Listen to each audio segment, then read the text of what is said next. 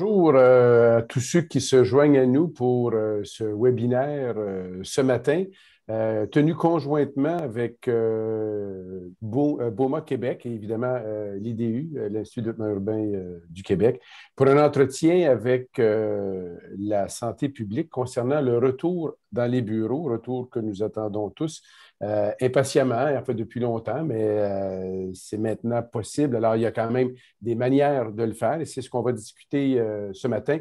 Nous sommes déjà plus de 250 personnes qui se joignent à ce webinaire ce matin pour entendre le docteur Geoffroy Denis, qui est chef médical de la santé publique de Montréal, membre du groupe de travail provincial et porte-parole de la santé au travail provincial pour le retour dans les bureaux en palier jaune et vert. Alors, docteur Denis, bonjour, bienvenue.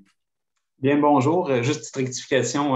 Chef médical de l'équipe de santé au travail, évidemment, c'est pas moi qui est directeur de santé publique, c'est le docteur Mylène Drouin. Vos excuses et mes excuses surtout. Il sera accompagné pour la présentation par Mme Céline Delga, qui est ergonome et qui est au secteur de la santé au travail et la santé publique de Montréal. Céline, bonjour. Est-ce que je suis correct avec la présentation? Oui, c'est parfait. Bonjour tout le monde. Bonjour Céline. Et pour la période de questions, viendra se joindre Mme Brigitte Depocas, qui est psychologue au CIUS Centre-Sud. Bonjour tout le monde. Bonjour Brigitte. Le webinaire est rendu possible grâce à nos commanditaires que nous remercions, évidemment, Industrielle Alliance, BC2, Bentall Green Oak, qui nous permettent justement de tenir cet événement ce matin. D'abord, quelques indications. Nous allons bénéficier de la présentation qui va aborder les questions que vous avez partagées lors de l'inscription. Donc, beaucoup de questions qui nous ont été soumises ont déjà été partagé par l'équipe de la santé publique qui va aborder dans sa présentation ces questions et lui donnera des réponses. Néanmoins, durant la présentation, si les gens qui suivent le webinaire veulent poser des questions supplémentaires sur le piton de chat ou discussion, il est possible de poser vos questions. Et on en a une présentation pour à peu près 20-25 minutes et ensuite quelques questions qui seront acheminées durant la présentation seront adressées aux panélistes pour qu'ils apportent leurs réponses. Enfin, notons que le webinaire est enregistré, qu'il sera placé sur le site de l'IDU, sur le site de BOMA Québec et aussi sur le site de la Direction générale de la santé publique de Montréal. Alors, ces informations ayant été partagées, c'est maintenant le temps de découvrir les réponses à nos questions. Et pour lancer la présentation, en vous remerciant tous, panélistes, d'être là, je vous demanderai, Dr. Denis, de commencer à nous guider sur le retour dans les bureaux. Oui, bien sûr. Donc, aujourd'hui, de quoi on va vous parler? On va commencer une section, en fait, c'est Mme Céline Delga qui va vous entretenir sur les facteurs psychosociaux et le retour au travail, parce qu'on va en mettre une emphase dessus. C'est vraiment une dimension qu'on a tendance peut-être à négliger dans tout ça. On pense beaucoup aux règles sanitaires, mais on pense que ça vaut vraiment la peine d'explorer ça et on va en parler en premier. Par la suite, je vais reprendre la parole pour parler des fameuses mesures qui ont été publiées par le CNESST et la santé publique dans les 2 dernières semaines concernant ce fameux retour progressif. Donc, ce qu'on appelle le déconfinement. On va passer à travers ça un petit peu, puis on va revenir sur les choses. On va regarder le parcours typique d'un travailleur qui travaillait dans un bureau au centre-ville pour remettre ça un petit peu en contexte et finalement répondre à vos questions. Pour la réponse aux questions, on en a déjà beaucoup. On en a même reçu jusqu'à tard hier soir qu'on a intégré dans la présentation. Il y en aura d'autres et M. Fournier va pouvoir me les relayer de si je n'y ai pas répondu durant la présentation. Donc, je vais de ce pas céder la parole à ma collègue, Mme Delga.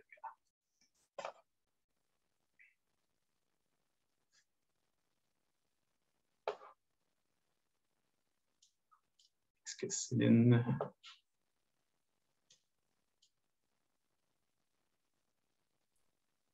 On semble avoir perdu Céline. Parce qu'elle a eu un petit pépin technique, donc c'est toujours... Alors, je ne sais pas, docteur Denis, si le temps que la technique tente de retrouver Céline, vous pourriez peut-être... Oui, exactement. Ce que je vous propose, c'est que je vais passer à ma partie de la présentation. Et contrairement à ce que je vous ai dit, on passera à travers les facteurs psychosociaux plutôt à la fin. Donc, je vais aller par-dessus la présentation pour aller directement aux mesures préventives. Alors, faisons-la dans l'autre ordre. Je vois que Céline vient de revenir. Céline, je te cède la parole. Elle arrive.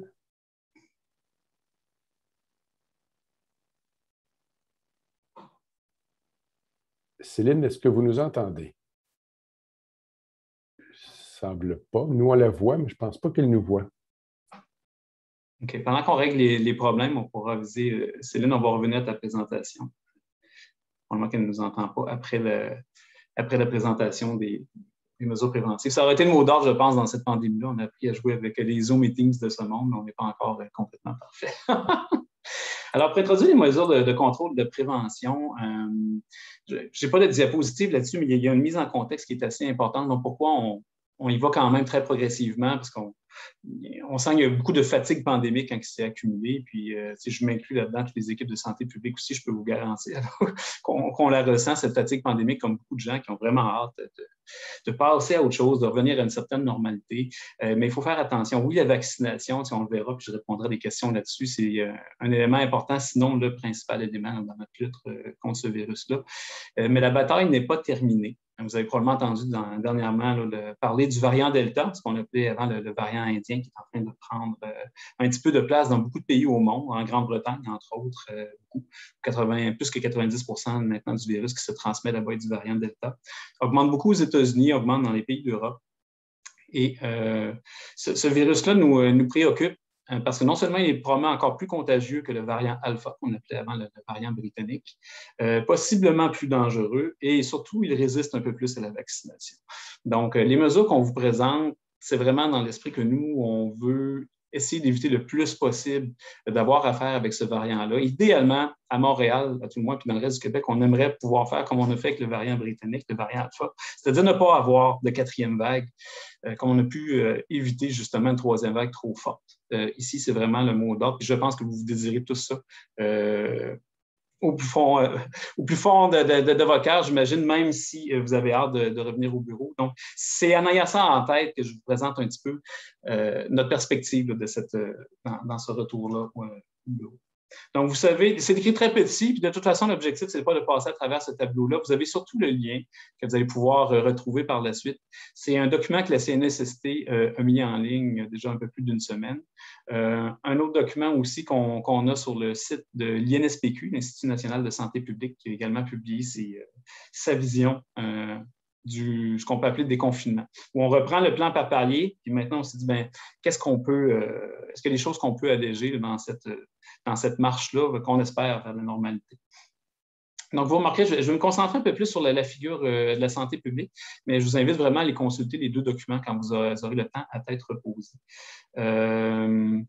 Tantôt, M. Fournier parlait peut-être d'un palier bleu éventuel là, quand on discutait entre nous. Qu'est-ce que c'est que ça? Il faut que vous sachiez qu'on est encore en réflexion de la santé publique. Est-ce qu'on va passer du palier vert à ce qu'on appelle une normalité? Est-ce qu'il va y avoir un autre intermédiaire qu'on va appeler le palier bleu? C'est encore en discussion. Les choses ne sont pas complètement attachées. Disons qu'au moment où on réfléchissait ces lignes-là, après le palier vert, c'est plutôt la fin du système de palier qu'on souhaiterait, mais on dépend toujours de la situation épidémiologique. Ça va vraiment dépendre où on va être rendu avec le virus. Et on regarde énormément ce qui se passe ailleurs dans le monde. Je vous dirais, on a un avantage au Québec. On a le meilleur taux de couverture vaccinale probablement dans le monde actuellement qu'une première dose, ce qui est bon. Par contre, on n'est pas encore là tout à fait avec les deuxièmes doses, mais surtout, il y a des pays qui ont de l'avance sur nous en situation épidémiologique. On regarde attentivement, en particulier la Grande-Bretagne et les États-Unis. Je vais vous dire, c'est deux laboratoires sociaux, entre guillemets, qui nous permettent de voir qu'est-ce qui va se passer. On va être extrêmement à l'affût de ça. Et ça va vraiment nous aligner sur qu'est-ce qu'on va faire à la fin de l'été. Donc, c'est pour ça que malheureusement, je n'ai peut-être pas les réponses à toutes vos questions pour qu'est-ce qui va se passer quand la rentrée va arriver. On est vraiment en train de regarder comment le variant Delta va se comporter avec la vaccination. On sait que le vaccin à 2 doses est très efficace contre ce variant-là, moins efficace avec une dose, d'où l'importance d'aller vers la deuxième dose. Donc, entre-temps, on s'en va. Vous savez, maintenant, on est rendu au palier jaune presque partout au Québec et au palier vert, même dans certaines régions un petit peu plus éloignées. Probablement qu'on va passer au palier vert d'ici le mois de juillet, ce qui est quand même assez positif. Mais je tiens à préciser quelque chose. Le palier vert, ce n'est pas égal à la normalité. Je vais y revenir un petit peu plus dans les diapos suivants. Donc, les gros changements qui ont eu lieu, je vais vous les présenter un petit peu dans les diapos suivants. En premier, je réinsiste, principe de précaution et prudence, vous allez voir, ça va marquer un petit peu notre présentation. On n'a pas tout à fait la même vision que les Américains. Vous avez probablement entendu ce matin que New York se dirige vers la normalité. Vous souhaiteriez la même chose pour Montréal. Nous, ce qu'on pense, en fait, du moins, ce qu'on vous suggère, parce que la santé publique, comment vous propose des choses, fait des recommandations, mais la société, l'État dispose d'une certaine façon aussi. Donc, mais ce qu'on recommande, c'est vraiment la prudence. On verra d'ailleurs comment ça va aller à New York. C'est sûr que si ça se passe bien, on pourra suivre. Si ça se passe un peu moins bien, on aurait été satisfait d'être un petit peu plus prudent. Parce qu'on pense qu'on n'a pas envie de retourner en arrière. Vous voyez, le système de palier, je sais que la plupart d'entre vous vous dites que c'est un sens unique vers l'avant, on l'espère. Malheureusement, il faut se préparer à l'éventualité où on a des petites vagues où on pourrait revenir vers l'arrière. Fait que ça, j'insiste aussi là-dessus. D'où l'idée de bien le faire pour être sûr, pour minimiser les chances qu'on ait à revenir en arrière. Donc, première grande préoccupation probablement pour vous, qui avez beaucoup de personnes qui étaient en télétravail, mais qu'arrive-t-il avec le télétravail? Vous savez qu'il n'est plus obligatoire en vertu du décret à partir de maintenant au Québec, parce qu'on est rendu en zone jaune pratiquement partout, mais il demeure fortement recommandé. À partir du palier vert, qui n'est pas la normalité, comme on disait tantôt, on permet un retour progressif. Ça ne veut pas nécessairement dire que c'est la chose à faire, et je vous dirais certainement pas tout d'un coup, tout le monde. Le mot progressif est ici extrêmement important quand on parle du retour au travail. Laissez-vous la chance de revenir. Céline va vous présenter un peu tantôt certains aspects en termes de risques psychosociaux. Pourquoi, justement, ça serait une bonne idée. Ce n'est pas juste pour la transmission du virus, mais vraiment retour progressif. Port du masque, c'est l'autre grosse chose qui est modulée à part le télétravail. On s'autorise un certain retour. Est-ce qu'on va-t-il devoir porter le port du masque en continu? Donc, vous savez qu'à partir du palier jaune, la CNESST a cessé d'obliger le port en continu, mais il y a un mais qui est important. Le port du masque demeure exigé quand on ne peut pas assurer une distance de plus de 2 mètres avec des personnes. Donc, on va le voir dans certaines situations, même dans des bureaux, c'est quelque chose qui pourrait se produire quand on se déplace dans un bureau. C'est toujours recommandé. Et soit qu'on soit en palier jaune ou en palier vert, ça demeure encore une recommandation. Je sais que c'est quelque chose qui peut être agaçant pour vos employés, mais c'est aussi une des meilleurs moyens de protection qu'on a contre ce virus-là. Parce qu'on vraiment, porter un masque, c'est d'abord protéger les autres en gardant ses aérosols pour soi. C'est aussi se protéger également les aérosols des autres. Donc, on pense vraiment que c'est une des meilleures méthodes de protection. Donc, on vous recommande de ne pas aller trop vite non plus avec le port du masque. Donc, je le disais tantôt, le palier vert qu'on ouvre, c'est là où on va être cet été. Donc, le palier vert n'est pas la normalité. Il y a toujours des mesures sanitaires qui sont requises. Puis en répondant aux différentes questions, tantôt, je pourrais revenir là-dessus. Qu'est-ce qui va se passer avant la rentrée? La rentrée est un moment critique où il va y avoir plus de gens, probablement que vous pensez peut-être, mais là, on va faire rentrer encore plus de gens au bureau, les enfants vont retourner à l'école, il va y avoir plus de contacts sociaux. C'est là qu'on va voir est-ce que ça passe ou ça casse d'une certaine façon. Ça va être un moment critique. Donc, je vous dirais, c'est pour ça que j'ai mis un point d'interrogation sur la fin des paliers. Puis j'ai mis une petite flèche en bleu, M. Fournier, pour vous un petit peu. Je sais qu'il y a des gens qui parlaient du palier bleu parce que c'est la couleur que le gouvernement a utilisée pour décrire cette phase-là dans laquelle on ne sera pas, j'insiste encore, en juillet. C'est probablement en août. C'est quoi qui va marquer, en fait, la transition vers ce fameux soit palier bleu ou pas de palier? Bien, c'est la couverture vaccinale.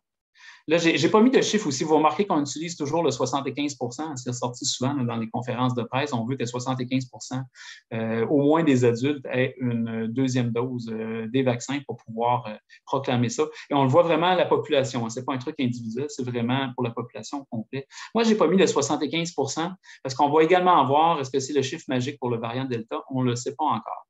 Plus ce chiffre-là va être élevé, mieux ça va être. Par contre, ça, c'est très clair pour nous. Donc, vraiment, ça va dépendre de la situation épidémiologique et de cette couverture vaccinale.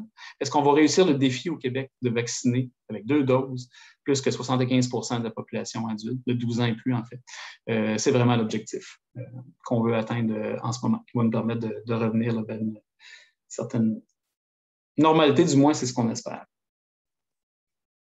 Donc, à retenir durant la transition.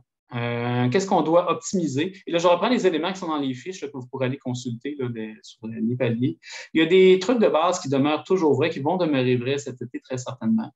La ventilation. Bon, la plupart des gros bâtiments au centre-ville sont ventilés de façon mécanique, ce qui est bien.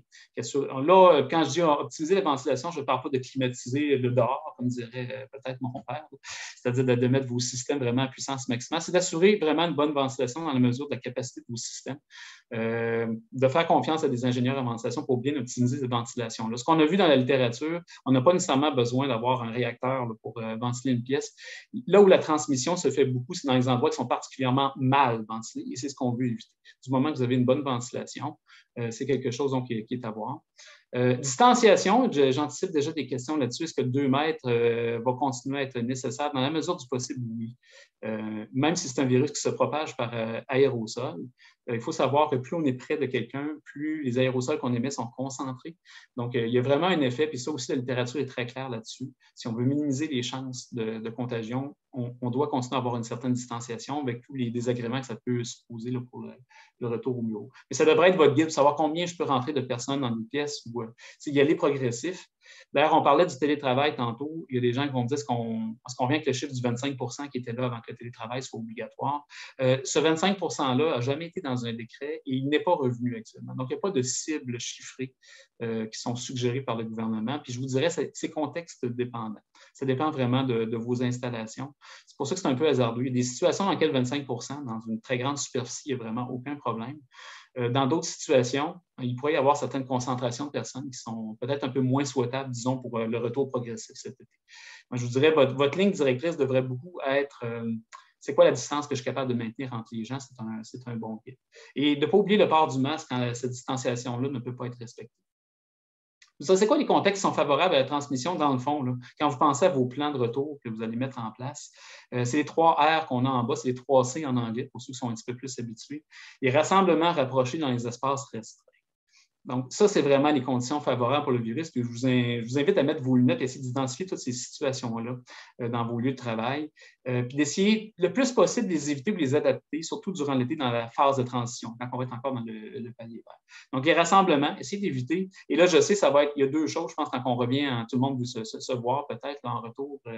C'est les réunions et les activités sociales qui vont être peut-être à la mode, vous direz. Activité sociale, je peux comprendre l'intérêt. Ça fait longtemps qu'on s'est vu quand on a une bonne partie de notre population de travail qui est en télétravail. Si on peut le faire dehors en respectant la distanciation, ce serait vraiment bien. On s'annonce pour avoir un bel été, je le souhaite. Et si la température le permet, je vous invite vraiment à tenir, si vous voulez faire des événementiels, allez-y, plus à l'extérieur qu'à l'intérieur. Les réunions, je sais que vous avez peut-être une écœurantite du Zoom, j'en ai aussi des fois. Mettez pas Zoom tout de suite, effacez-le pas de vos ordinateurs tout de suite, je vous dirais. C'est peut-être pas l'idée du siècle de se précipiter à 10 dans une petite salle. On devrait attendre encore une fois la couverture à 2 doses de vaccination avant d'aller. Donc, faites attention aux réunions, aux happenings sociales. Les pauses et les repas sont des moments critiques. On l'a vu beaucoup aussi dans les éclosions qu'on a eues, que mon équipe a gérées. C'est vraiment des moments critiques, la transmission se fait. Évidemment, quand on mange, on doit enlever le masque. Donc, à la question, est-ce qu'on devrait continuer à adapter nos cafétérias, nos salles à manger pour avoir une certaine distanciation? Pour cet été, je vous dirais oui, tant qu'on n'aura pas un go un petit peu plus clair à la fin de l'été. De maintenir un 2 mètres entre les personnes, c'est important. Et de remettre le masque une fois qu'on a fini de manger. Les pauses, faire attention aussi. À ça. Covoiturage est aussi ce qu'on a remarqué dans nos données, quelque chose qui peut amener les gens à se rapprocher davantage. Et on reçoit beaucoup la question, est-ce qu'on est mieux de covoiturer ou de prendre le transport en commun parce que tout le monde va être entassé dans le métro ou dans les autobus? Je vous dirais qu'on a eu très, très, très peu d'évidence de transmission dans les transports en commun jusqu'à présent. Ils n'ont pas été utilisés à 100 % de leur capacité, ça fait un bon bout de temps.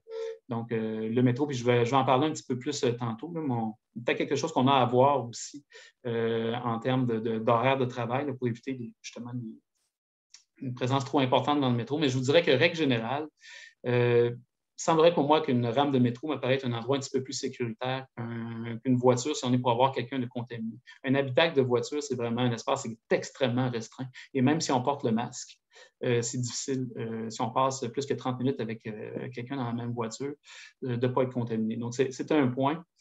Donc, je sais qu'on cherche à minimiser l'utilisation de voitures individuelles.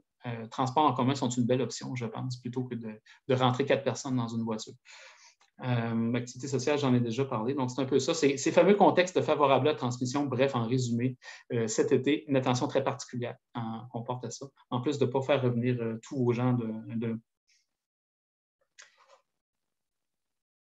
faut peut-être voir le parcours typique, justement, un peu de travail pour remettre tout ça. Et Céline, ne t'inquiète pas, je te laisserai de la parole après ça. On va revenir en arrière pour faire ta présentation avant d'aller aux questions finales. Donc, le parcours typique d'un travailleur qui irait au centre-ville, il peut se rendre au bureau avec plusieurs moyens, transport en commun, marche, vélo, évidemment. Je suis un gars de santé publique, je vous dirais, c'est le meilleur moyen pour se rendre au centre-ville, en particulier cet été. Je suis un grand adepte de vélo et s'il vous plaît, allez-y à fond la caisse si vous voulez, c'est vraiment le meilleur moyen. La marche, si vous pouvez, transport en commun, covoiturage, peut-être celle qu'on favorise un petit peu moins dans ce niveau-ci. Bon, bref, la personne qui va être là-dedans, évidemment, porte son masque. Au niveau de la population, vous remarquez, le gouvernement n'a pas dit aux gens d'enlever leur couvre-visage dans le métro et à l'épicerie. Ça va continuer encore pour un certain temps, même si les gens réfléchissent. Comme je vous dis, on regarde beaucoup l'Angleterre, États-Unis, qu'est-ce qui se passe. Mais pour l'instant, on est en palier vert, le mot d'ordre, c'est quelqu'un qui est dans le métro, son couvre-visage ou un masque de qualité. Il arrive dans l'immeuble, va prendre l'ascenseur, il est toujours masqué. Il va faire ça même cet été, même s'il a eu ses 2 doses, parce qu'on ne sait pas si toutes les personnes ont eu leurs 2 doses de vaccin. Donc, va prendre l'ascenseur. D'ailleurs, pour les ascenseurs, j'en profite pour vous dire qu'il y a un changement de règle qui s'en vient. Je pense que vous allez probablement apprécier.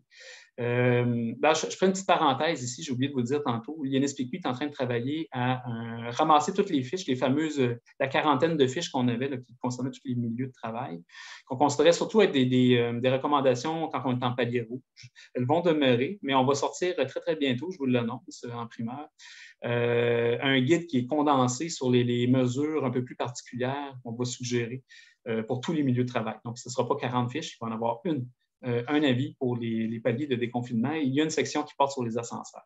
Et essentiellement, à partir de palier rouge, jaune à rouge, on recommande d'utiliser 50 % de la capacité des ascenseurs. À partir du palier vert, il n'y aura plus vraiment de limite. On va les enlever parce qu'on a beaucoup comparé la situation à celle du transport en commun. Dans le fond, on n'exige pas nécessairement on recommande d'avoir une distanciation autant faire que peu dans le transport en commun. On a vu que ça s'est quand même bien passé, mais à une condition qui est très importante, c'est d'avoir de la protection, d'avoir un masque au niveau du visage. Donc, on va recommander ça dans les ascenseurs. Donc, on va pouvoir utiliser les ascenseurs avec un masque. La personne arrive dans son lieu de travail. Donc, si elle est seule dans son bureau fermé ou même dans une aire ouverte, à partir de maintenant, à partir du palier vert, nous on recommande en fait en santé publique, la personne pourra, ici très bientôt, le palier vert, enlever son masque quand elle maintient une distance de 2 mètres avec les personnes. Donc, elle garde son masque du moment où elle quitte la maison jusqu'à temps qu'elle soit à son bureau. Elle peut enlever son masque, faire ses tâches de bureau.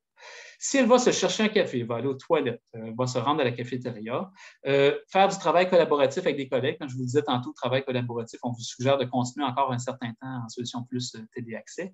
À ce moment-là, elle devrait probablement remettre son masque. C'est un peu la vision qu'on en a là.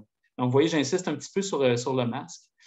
C'est quelque chose qui devrait être là. Quelque chose que j'ai peut-être oublié de dire aussi, évidemment, quand la personne va se présenter dans le bureau, même si la contamination par les surfaces, on sait maintenant que c'est quelque chose qui est moins important dans la transmission, on vous recommande quand même de maintenir les fameux gels hydroalcooliques que vous avez à l'entrée du bureau, d'en installer et d'instaurer cette hygiène-là de lavage des mains. C'est très simple. On devrait continuer à le faire. Donc, votre personne qui va se promener dans le bureau, quand elle rentre dans les endroits clés des bureaux, en avoir à l'entrée de la cafétéria, d'avoir de ses soins à lavabo ou des gels hydroalcooliques pour pouvoir faire l'hygiène des mains, c'est quelque chose qui va demeurer important aussi. Donc, évidemment, on vous suggère aussi de ne pas nécessairement faire revenir tout le monde en premier. Donc, peut-être avec un ordre de priorité, des personnes pour qui la présence au travail elle est peut-être plus importante pour l'organisation, de prioriser ces gens-là. Et je vais revenir en arrière à partir de ce maintenant, justement, céder la parole à Céline qui va vous expliquer pourquoi on pense que, avec une autre dimension, le retour progressif, peut-être pas une mauvaise chose pour vous. Alors, Céline, je te cède la parole. Oui. Oui, bonjour, puis je suis vraiment désolée pour la connexion. Puis si ça se reproduit, de toute façon, Brigitte pourra reprendre le flambeau. Donc, au niveau des facteurs psychosociaux et du retour au travail, vous avez vu un petit peu les diapositives, mais dans le fond, je vais vous parler des enjeux contextuels. Je vais vous parler un petit peu de qu'est-ce qu'on parle de facteurs psychosociaux, puis probablement ce qui vous intéresse, les outils et quelques exemples que vous pourriez avoir pour un retour au bureau. Donc, par rapport en fait à la première diapositive sur les enjeux contextuels, ce qu'on voit dans la population actuellement, c'est vraiment la présence de deux sentiments. Le sentiment de cohérence qui a vraiment été mis de l'avant par le docteur Mélissa Généreux lors du lac mégantic, mais également en fait avec ses études sur la pandémie puis la santé mentale de la population au Québec. Et ce qui est important avec ce sentiment-là, c'est que c'est un facteur de protection très important en fait dans la population. En fait, il permet de comprendre un événement stressant, de lui donner un sens. Et puis une fois qu'on a donné un sens à cet événement-là, c'est beaucoup plus facile de pouvoir le gérer.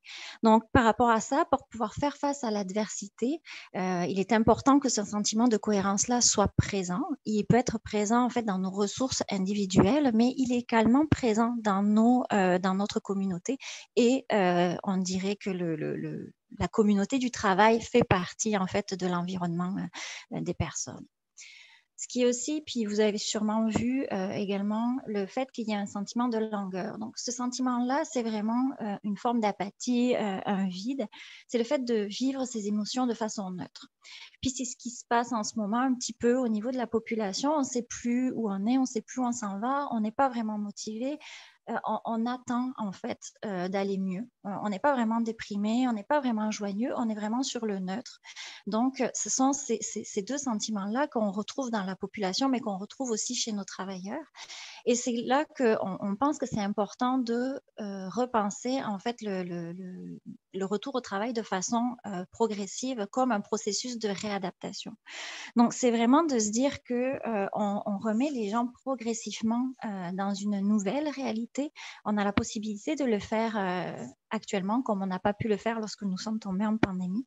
Donc, c'est important de pouvoir exposer les gens de façon graduelle parce qu'on peut le voir dans les chiffres de la prochaine diapositive, on se rend compte que le retour au travail met la population, en fait, face à une certaine anxiété.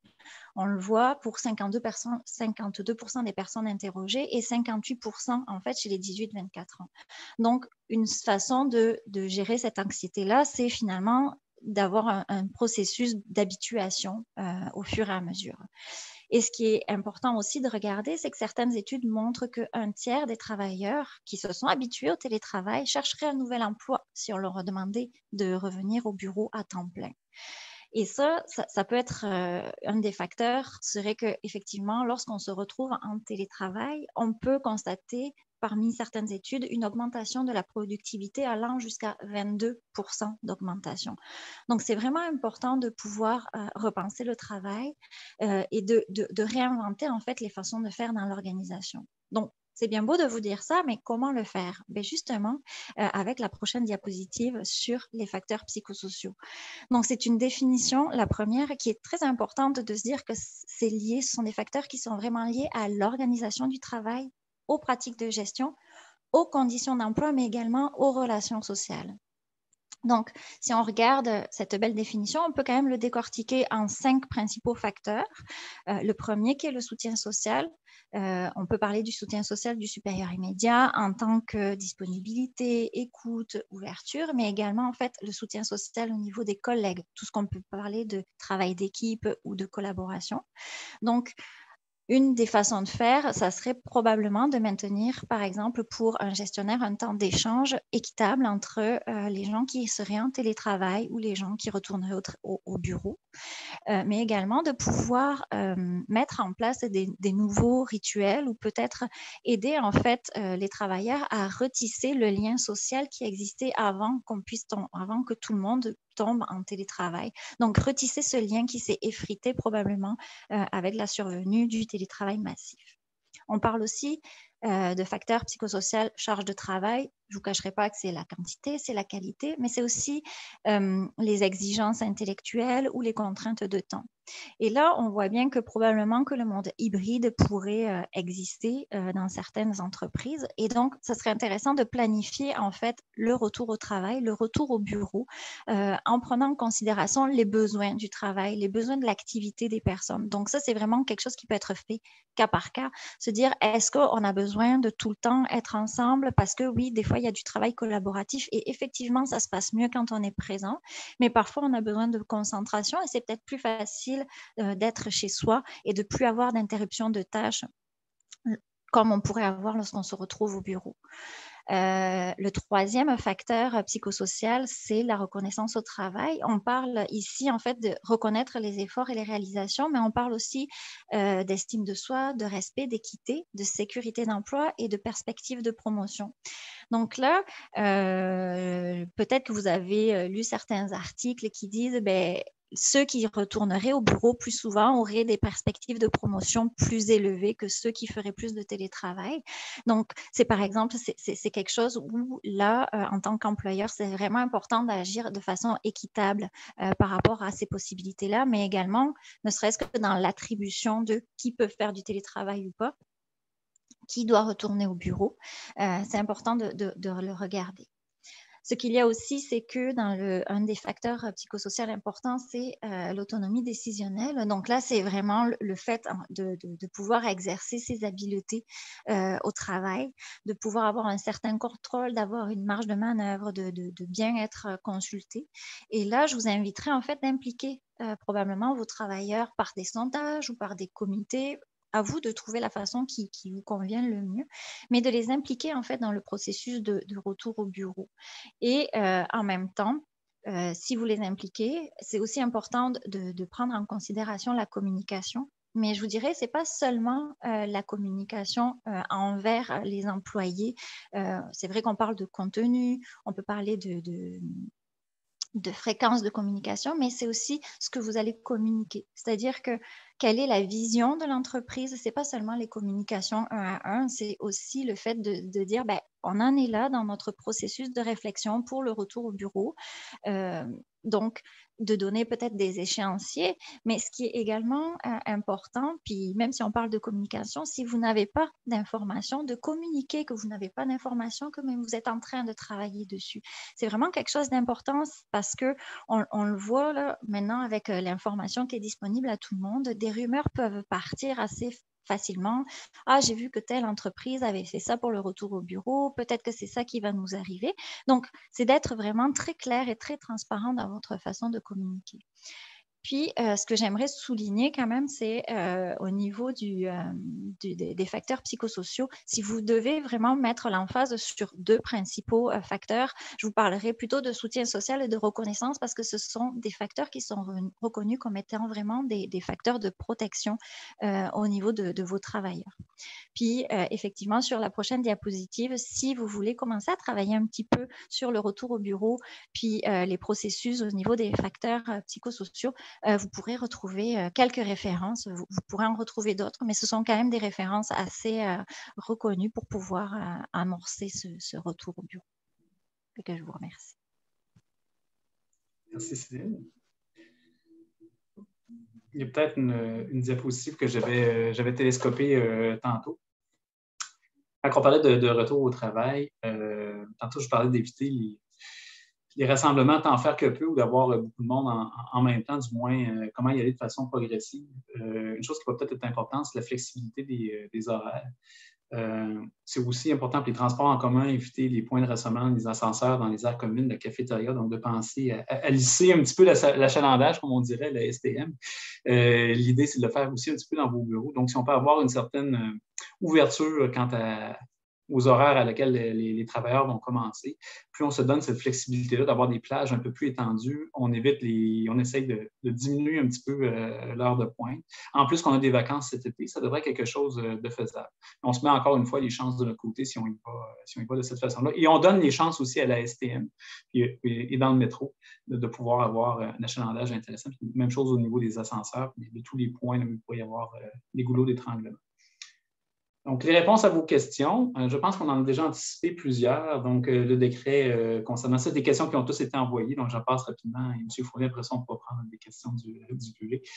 Donc, les ascenseurs, je vous en ai parlé. Le nombre de personnes par étage ou immeuble, 25 je vous dis, c'est plus ça de plus force de loi. C'est peut-être un chiffre que vous pourriez viser, là, mais il ne sera pas demandé là, par un inspecteur de la CNSST ou de la santé publique. C'est sûr qu'il faut que vous notiez que si jamais il doit y avoir une éclosion dans vos milieux de travail, ce que je ne vous souhaite pas, c'est sûr que la santé publique pourra avoir des recommandations qui sont plus fortes que les recommandations officielles. Si ça se peut qu'on arrive dans votre milieu de travail, qu'on vous suggère de retourner en télétravail le temps que l'éclosion se termine, qu'on oblige le port du masque, des choses comme ça. Mais ça, c'est s'il arrive un peu de temps. Mais sinon, c'est ça. Donc, progressif, je pense que je l'ai dit assez suffisamment, donc ne pas faire revenir vos personnes tout d'un coup. D'abord parce qu'ils doivent se réhabituer, comme Céline l'a mentionné, sous plusieurs aspects. Il faut bien préparer ce retour-là. Et d'autre part, pour les simples risques sanitaires aussi. Donc, transport en commun, je vous en ai parlé tantôt. Je pense que c'est probablement plus sécuritaire que le covoiturage. Port du couvre-visage ou masque de qualité dans les lieux communs, ça demeure, même en palier vert pour l'instant. Donc, j'ai vu malheureusement certains messages qui circulaient qui semblaient un petit peu confus. Est-ce que le port du masque devient facultatif? Non. Il n'est pas facultatif, faites attention. Le port du masque est toujours recommandé quand on ne peut pas maintenir une distanciation. C'est vrai à l'épicerie, dans les transports en commun, quand vous vous déplacez dans le bureau, dans les ascenseurs. Donc ça demeure pour l'instant, y compris pour cet été, palier vert. Donc, qui est responsable de l'application des consignes, employeur ou gestionnaire d'immeuble? Sachez que le premier responsable, c'est évidemment l'employeur normalement, mais qu'un gestionnaire d'immeuble peut être visé en autant qu'il contrôle certains paramètres. Je vous donne l'exemple de la ventilation ou des aires communes. Donc, la CNSST peut très bien émettre des dérogations qui visent un propriétaire d'immeuble et non pas seulement l'employeur, si c'est pour des choses qui sont sous son contrôle. Donc, c'est partagé, je vous dirais, comme responsabilité, bien sûr, l'employeur est le premier responsable de ces travailleurs. Règle pour les rencontres au bureau, 8 à 2 mètres dans une salle, est-ce que c'est correct? Je vous dirais, encore une fois, autant faire que peu cet été si on peut éviter ça. Et si on ne peut l'éviter, de prendre la plus grande salle possible. Donc, ne visez pas le placard là, à balai pour mettre vos 8 personnes. Ou encore, j'ai mon 8, mais j'ai mon 2 mètres bien exact calculé avec ma règle. Là, la pièce, c'est bâtie, il ne rentre pas plus. Non. Allez-y plus grand que ça. Si vous pouvez mettre vos 8 personnes dans une très grande salle, c'est mieux. Les grandes salles sont plus ventilées. Vous mettez les chances de votre côté. Capacité dans les commerces, qu'en est-il? Eh bien, sachez, on n'en a pas parlé beaucoup, mais ça a toujours force de loi. Le gouvernement n'est pas revenu là-dessus. Mais la fameuse règle de 1 personne par 20 mètres carrés pour calculer la capacité des commerces, elle est toujours active dans les décrets, à ma connaissance. Donc, même si le gouvernement n'a pas fait beaucoup de publicité depuis Noël dernier, c'est quelque chose qui est rentré dans les mœurs un peu. Vous avez vu quand vous allez au marché, probablement qu'il y a des affiches qu'on a mises sur pour dire la capacité maximale de personnes dans cette pièce-là. Donc, oui, et je ne pense pas que ça va être abrogé cet été tant qu'on va être en palier vert. Donc, c'est encore quelque chose. Encore une fois, pour se mettre les chances de notre côté, on essaie de respecter ces règles de capacité-là. Donc, dans les autres questions qu'on a réussi aussi dernièrement, est-il nécessaire de remplir un formulaire COVID lors des visites au bureau? Donc, si vous avez des visiteurs ou pour vos propres employés, on recommande toujours, évidemment, que vos employés connaissent les symptômes de COVID, ne se présentent pas quand ils sont malades. Ça reste important, même s'ils sont vaccinés. Ils doivent se faire dépister. Ce qui peut être fait pour alléger des fois la tâche, vous pourriez avoir une affiche, voici les symptômes de la COVID. Donc, si vous rentrez, je vous inviterais cet été à avoir un registre encore de vos visiteurs. C'est important parce que ne serait-ce que si jamais il arrive quelque chose, on puisse retracer ces gens-là. Donc, si on a leurs coordonnées et leur nom, c'est très important. Et aussi qu'on valide avec eux s'ils ont été exposés à de la COVID, ils reviennent de voyage où ils ont des symptômes de la COVID. Ça demeure quand même quelque chose d'important. De ne pas mettre des personnes à risque, de ne pas admettre des personnes à risque. La distanciation de 2 mètres, elle demeure pour l'instant obligatoire. Et c'est-à-dire qu'il faut que les gens... Mais est-ce que les gens portent le masque? C'est vrai. Elle n'est pas obligatoire si les gens portent le masque, je vous dirais, demeure recommandée. Ce sont des mesures qui s'additionnent, ce ne sont pas des mesures qui sont un ou l'autre.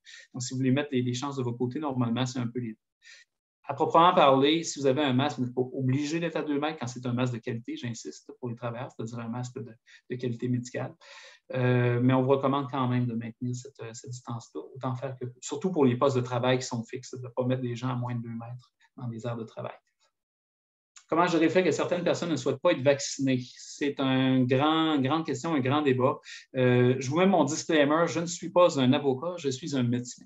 Mais ce que j'en connais quand même, c'est une question qui est très, français. C'est un sujet très sensible au Canada et au Québec, pour lequel il existe beaucoup de jurisprudence. C'est la question des tests médicaux pour des personnes. Et malheureusement, on ne peut pas demander, malheureusement, je pense que c'est bien pour la confidentialité, le respect du dossier médical de quelqu'un. On ne peut certainement pas forcer quelqu'un à avoir un traitement médical, ce qui est un vaccin. Ça, c'est très clair. D'autre part, est-ce qu'on peut quand même exiger cette preuve-là? Ça, ce n'est pas clair non plus. Donc, pour la Cour. Et d'après ce que j'ai lu de certains avocats qui se sont prononcés là-dessus, et je vous invite à avoir cette discussion-là avec vos avocats, c'est pas clair et il faut démontrer la pertinence. Donc, c'est pas quelque chose qui peut être automatique, qui peut être automatiquement demandé par un employeur. Il faut faire la démonstration que le poste est particulièrement critique dans une entreprise. C'est très important. Il y a soit de la clientèle qui est à risque, ou soit d'autres travailleurs qui sont particulièrement à risque si la personne n'est pas vaccinée, qu'on puisse exiger cette preuve-là. Donc, ce n'est pas si simple que ça, donc il faut faire attention. Et c'est pour ça qu'en santé publique au Québec, la façon qu'on a décidé de le gérer actuellement, ça a des avantages et des inconvénients, mais c'est plus de le voir de façon populationnelle, c'est-à-dire on veut une couverture populationnelle, puis on sait qu'on va protéger les gens aussi en même temps qui n'ont choisi de ne pas être vaccinés si on atteint certaines cibles, plutôt que d'y aller individuellement parce qu'on rentre immédiatement dans des enjeux qui pourraient donner devant les tribunaux pour des questions de droits et libertés. Donc, pour contourner ça, il y a des inconvénients, j'en suis conscient. C'est pour ça qu'on y va de façon un peu plus populationnelle et que le retour au bureau un peu plus total va pouvoir être permis quand on va avoir une couverture de la population un peu plus complète. Donc, les directives entourant l'utilisation des aires communes, comme je dirais, stay tuned, comme on dirait en anglais, on va avoir un avis de l'INSPQ qui ramasse un peu toutes ces recommandations-là très bientôt sur le site web, là, qui sont mises à jour en fonction des paliers des confinements actuellement. Juste un petit mot pour dire sur la désinfection, je ne l'ai pas abordé tantôt, mais comme on sait que le virus se transmet moins sur les surfaces, je vous dirais, ce n'est pas nécessaire de laver vos bureaux là, à la grandeur, de désinfecter, d'avoir tout ça. Non. Nettoyer les surfaces qui sont fréquemment touchées, comme les poignées de porte, certains endroits clés, les boutons d'un ascenseur, une fois de temps en temps. Puis, pas obligé d'avoir des agents désinfectants très puissants. Ce n'est pas un virus qui est résistant. Ce n'est pas un virus qui se transmet bien par les surfaces. Donc, vous pouvez vraiment descendre vos exigences côté désinfection. Ne pas l'abandonner complètement, mais on n'est pas obligé de devenir, d'être très, très, très stické là-dessus. Il y a beaucoup Au début de la pandémie, on était énormément là-dessus. Ce n'est pas quelque chose qui mérite qu'on investisse énormément d'énergie. Donc, c'est toujours nécessaire de garder un sens de circulation dans les bureaux. Je vous dirais, si vous avez des endroits vraiment à très haut volume où beaucoup de gens qui circulent ou de la clientèle, c'est peut-être quelque chose qu'on peut continuer à envisager. Ça, encore une fois, je vous dirais, dans un bureau qui est relativement tranquille, je ne suis pas certain que ça vaut nécessairement la peine de vraiment se casser la tête comme ça. Je vous dirais, mettez plutôt l'emphase sur le fait de ne pas trop maximiser justement les contacts, même si ça peut être tentant entre les gens. Probablement plus important que le sens des directions dans un bureau. Ça peut avoir son intérêt, ceci dit, pour certains commerces ou des endroits où beaucoup de gens passent. Donc, c'est les réponses, les questions qu'on avait reçues. Je pense qu'il y en a d'autres qui sont rentrées. Monsieur Fournier, je vous laisse aller là, pour...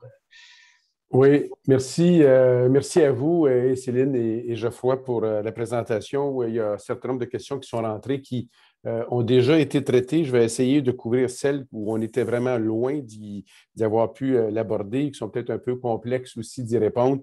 J'en ai une qui concerne les mesures de ventilation adéquates. Dr. Denis, vous avez évoqué le fait que normalement, dans les grands bureaux, il y a de la ventilation. Vous avez dit, dans le fond, ce qu'il faut éviter, c'est là où il y a de la mauvaise ventilation. Néanmoins, il y a une question des gens qui veulent peut-être avoir une norme objective et qui disent où est-ce qu'on peut trouver, dans le fond, une mesure de ventilation adéquate. Quel est le barème qu'il faudrait respecter pour dire ici, c'est une ventilation adéquate? Est-ce que vous avez une information là-dessus? C'est intéressant qu'on puisse avoir ces chiffres-là. Malheureusement, dans la littérature scientifique, on n'est pas au point où on est capable de faire la corrélation entre la transmission du virus et un taux de changement d'air à l'heure dans la pièce. Vous allez me dire, plus le taux de changement d'air à l'heure est élevé, mieux c'est. C'est assez logique. Et le meilleur exemple qu'on a de ça, c'est la transmission à l'extérieur qui est beaucoup plus faible que l'intérieur, qui est déjà un indice de l'importance de cette grande ventilation-là. En même temps, c'est excessivement difficile dans un bâtiment intérieur d'atteindre des taux de changement d'air qui sont tout aussi élevés. Ce qu'on a observé quand même dans les données épidémiologiques, c'est du moment qu'on a un certain nombre de changements d'air à l'heure, même pour les bureaux, ce n'est pas très élevé, c'est 1 ou 2 changements d'air à l'heure qui sont souvent visés. Si on respecte les normes qui n'ont pas été prévues pour la transmission, mais les normes d'occupation que ASHRAE recommande, entre autres par la mesure du CO2 qui est très imparfaite, mais qui a quand même certaines qualités, ne serait-ce que pour voir. Là, je mets un petit bémol quand même sur l'utilisation du CO2, parce que la mesure du CO2, ça vaut quand vous avez du monde dans la place. Si vous avez 25 de vos effectifs dans un bureau, CO2 ne va pas monter, là, c'est de la ventilation. Donc, ce n'est pas un bon proxy à ce moment-là. Utilisez les bons, puis faites appel à un ingénieur pour avoir vos taux. Mais en général, si on respecte les règles, si dans vos bureaux, quand vous aviez beaucoup de monde, vous respectez les normes de HV, qui disaient qu'il ne faut pas dépasser c'est à peu près 4 à 700 ppm le CO2 par rapport à l'extérieur. Si vous respectez ce genre de normes-là qui ont été établies pour des normes de confort, votre système de ventilation est déjà pas mal. Je vous dirais, c'est déjà un gros pas par rapport à une salle où on n'a pas du tout de ventilation. Puis vous seriez surpris, même dans les endroits ventilés, des fois, on a des pièces, c'est très complexe la ventilation, des pièces où la ventilation est mal balancée. Il faut identifier ces endroits-là. Je pense que c'est plus important que de viser un taux de changement d'air très, très, très élevé, d'avoir des filtres là aussi avec un calibre là, qui est un peu comme un hôpital, là, qui va vraiment bloquer tous les... Si vous n'êtes pas obligé d'aller nécessairement jusque-là, d'avoir des bons fils qui sont bien entretenus, peut-être d'avoir le calibre le plus élevé que votre système peut se permettre, mais faites attention. Ce n'est pas tous les systèmes de ventilation qui sont faits pour pousser à travers des fils qui sont très serrés. Sinon, ça va créer un effet contraire. Ça va diminuer la charge de votre système. Oui, le bottom line, c'est tellement compliqué. Faites affaire avec un ingénieur en ventilation, avec des spécialistes, c'est absolument nécessaire. Et dites-leur d'optimiser mon système pour que ça marche. Et surtout que je n'ai pas de pièces critiques là, qui soient mal ventilées. Parce que des fois, c'est souvent là qu'on va avoir le problème aussi. Aux salles de réunion, en particulier les pièces où vous pensez que vous allez avoir beaucoup de gens, s'assurer que le système est bien balancé, que cette pièce-là en particulier est bien ventilée. Ce qui n'est pas nécessairement toujours le cas. D'ailleurs, il y avait des questions sur les salles de conférence et le nombre de personnes qu'on peut avoir à l'intérieur. Donc, j'imagine que lorsqu'on peut assurer une distance et lorsqu'on sait qu'il y a un espace pour que l'air circule plus facilement, on peut donc avoir un peu plus de monde dans cette salle-là, j'imagine. Oui. Puis, comme je vous disais, encore une fois, j'insiste quand même sur le fait, ces événements-là, si on peut attendre un petit peu, voir comment ça va aller, épidémiologiquement, si on veut mettre beaucoup de personnes dans une salle, assurer la distance entre les personnes, peut-être même le port du masque, même si la distance est assurée dans un grand amphithéâtre. Je dirais que c'est pas bête. Même si ce n'est pas obligatoire, je vous dirais recommandé. Je vais vous prendre à ce mot-là pour au moins le temps qui nous est imparti est terminé. Je vais quand même sur cette question-là, sur la question du masque, j'ai une question qui est soulevée qui nous amène peut-être en septembre, octobre. Je pense que ça vaut la peine qu'on pense à d'autres choses que le jaune puis le vert. Avec 2 doses, 75-80, là, je vous laisse le pourcentage. Avec 2 doses où la population généralement l'a reçu, est-ce qu'on a encore l'obligation ou en tout cas le masque va encore perdurer? Ça, c'est vraiment la question à 1 000 $, je vous dirais, pour laquelle la réponse n'est pas encore exactement connue. Et je sais que vous voulez avoir un petit peu de prévisibilité là-dessus. Ce que je vous dirais, ne jetez pas vos boîtes de masques tout de suite. Vous avez trouvé ça plate, là. J'en garderai quand même en stock pour l'instant. Ne serait-ce que parce que la rentrée, je vous disais tantôt, c'est un moment critique. Hein. Donc, est-ce qu'on va tout abandonner d'un coup à la rentrée alors que tout le monde retourne à l'école, au travail? Je ne sais pas si ça va être la chose la plus intelligente à faire. Puis je vous dirais, mais rendu là, je pense qu'on va avoir certains éclairages. Je sais qu'on aimerait avoir les réponses là, en date d'aujourd'hui, le 16 juin, mais je pense qu'avant le 31 août, on va avoir quelques réponses. Pourquoi? Bien, parce que la Grande-Bretagne et les États-Unis ont de l'avance sur nous, tout simplement. Je vous dirais, on a vraiment hâte d'apprendre de ces expériences-là. Moi, je vous dirais que même je suis content qu'on ne fasse pas l'expérience sociale d'abord, là, parce qu'on n'a pas envie de retourner en arrière. Donc, de voir est-ce que ça va être nécessaire ou pas, c'est prématuré. Bref, ça va avancer, ceci dit, cet été, je pense qu'on va avoir une partie des réponses à ça. Docteur Denis, vous avez parlé de l'INSPQ qui allait émettre bientôt là, de nouvelles directives, en tout cas ou une fiche, même si j'ai compris, oui. plus claire. Il y a des questions concernant les douches, puis les salles de bain, puis tout ça. À quel endroit on peut, et les gens qui nous écoutent peuvent facilement avoir accès à cette fiche-là, par exemple, à la santé publique de Montréal? Est-ce que c'est, vous allez me dire, à l'INSPQ, là, mais quel est l'endroit où vous nous conseillez de s'inscrire pour recevoir rapidement ces informations nouvelles qui vont arriver? À l'INSPQ, c'est assez facile, je vous dirais. C'est parce qu'à Montréal, on a notre guide qu'on propose aux employeurs. D'ailleurs, je vous suggère d'aller le télécharger. C'est plus un guide de gestion des éclosions, mais si jamais il devait arriver un pépin, il y a quoi faire. Donc, on vous invite vraiment à aller le voir. Section santé au travail, c'est cette direction de santé publique. Par contre, pour ce qui est des mesures préventives, comme elles sont provinciales, qu'on essaie de s'harmoniser dans toutes les régions, on réfère souvent les gens sur les sites de l'INSPQ. Très facile à trouver. Si vous avez sur le site de l'INSPQ, évidemment, la COVID est très en évidence. Vous allez voir une section santé au travail. Vous cliquez là-dessus et tous les documents sont là, y compris pour la gestion des emplois qui peuvent avoir des maladies chroniques immunosupprimées, les fameuses fiches dont on parlait, le guide qui va être présent, le tableau que vous avez vu tantôt qui a été intégré dans le document qu'on appelle l'hierarchie des moyens de prévention pour la COVID-19. Donc, tout y est. Tout est listé, donc vous pouvez vraiment aller. Docteur Denis, Madame Delca, Madame Depocas, merci d'avoir été avec nous. Je précise à la question qui a été posée, est-ce que c'est possible d'avoir la présentation qui a été faite? D'abord, je rappelle que c'est enregistré ce Zoom et qu'il sera sur le site et de l'IDU et de Beaumont-Québec et de la santé publique de Montréal. Donc, j'imagine que c'est possible d'y retourner assez rapidement. J'espère que la séance a permis de répondre à quelques questions. On a compris en gros que ça va être progressif. De jaune à vert, ça va être un peu mieux. À vert, on va s'améliorer et peu importe la couleur après. On a un septembre où on regarde ça avec l'œil un peu plus serré. On garde nos boîtes de masques. On se dit que dans l'inventaire, ça peut réduire parce qu'on va peut-être les utiliser un petit peu moins. Mais ce n'est pas la santé publique qui le dit, c'est moi. Espérons qu'à l'Halloween, on portera d'autres types de masques que les masques que vous nous avez suggéré d'acheter depuis la dernière année. Je voudrais remercier les commanditaires de l'événement, Industrielle Alliance, BC2, Bentall Green Oak, qui nous ont permis de tenir ce webinaire. Et j'invite surtout les gens de l'IDU pour notre dernier rendez-vous de la saison, demain avec la ministre des Affaires municipales et de l'Habitation, Mme Laforêt, demain après-midi, donc dans un studio IDU. Pour ce matin, c'est tout. Encore une fois, merci à ceux qui se sont joints à nous et merci à vous de nous avoir donné ces informations. On souhaite un bel été et un retour en pleine santé à l'automne. Merci. À la prochaine.